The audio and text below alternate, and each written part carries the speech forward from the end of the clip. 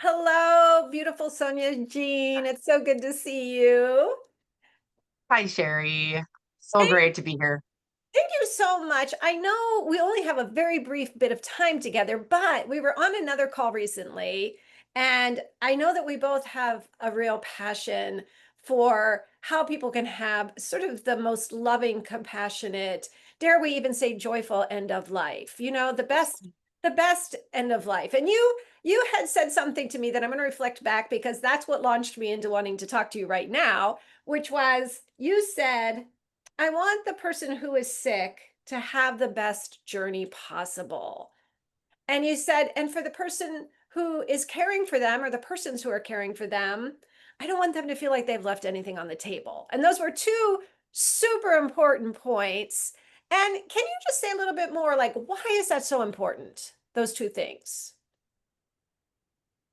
I just think that while we have our person and while they have us, that it's just this is the moment. And no one ever knows when the moment's going to be. So I think it's so important to be um, rooted and just truly fully present.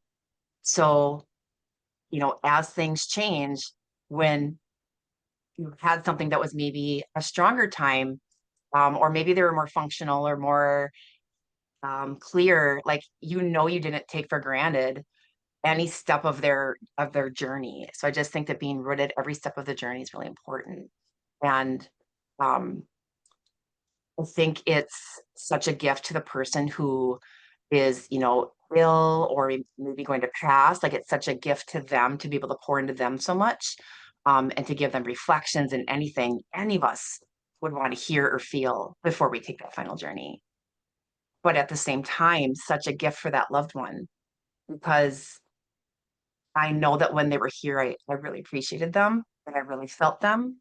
And I can know, so like one day when they pass, I know that I was fully present and I'm not sitting in guilt or regret. And you Yes. can just keep connecting and really get into an emotional connection with them that can transcend even physicality, if you believe in that kind of thing.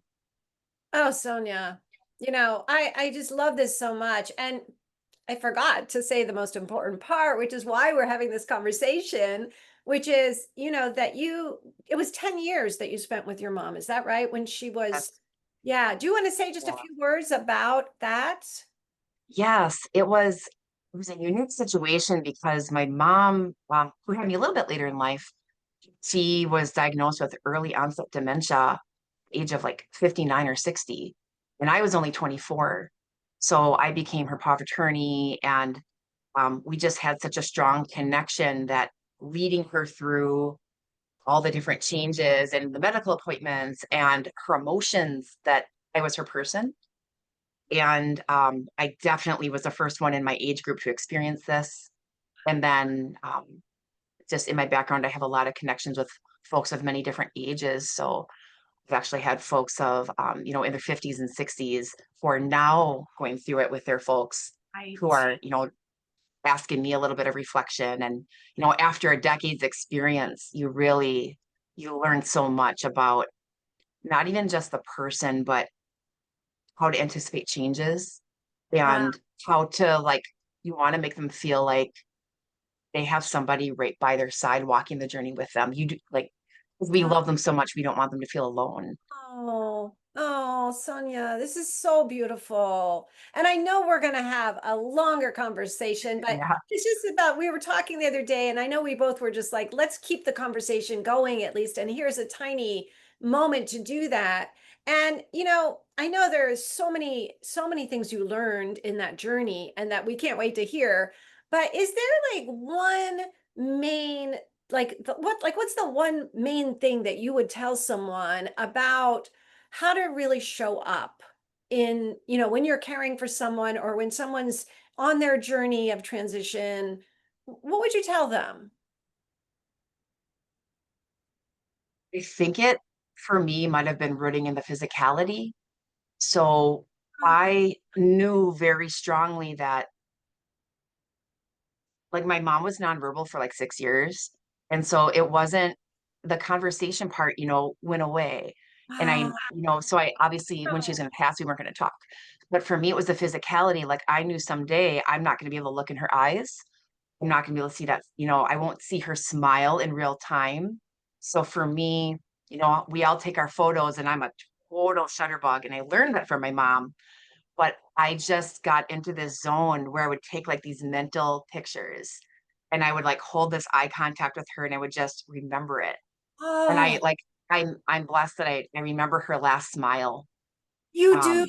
Um, and it just and it was just it was such a wonderful story, but we'll get to that another time. But so I think rooting in the physicality, and if they accept touch, fine, if that's normal, for someone with between them and their loved one, just taking the time and the presence of mind to give them those touches. Um, I guess one little tip still on physicality is sometimes with folks like who are in dementia, like my mom, it would look like they're just staring off.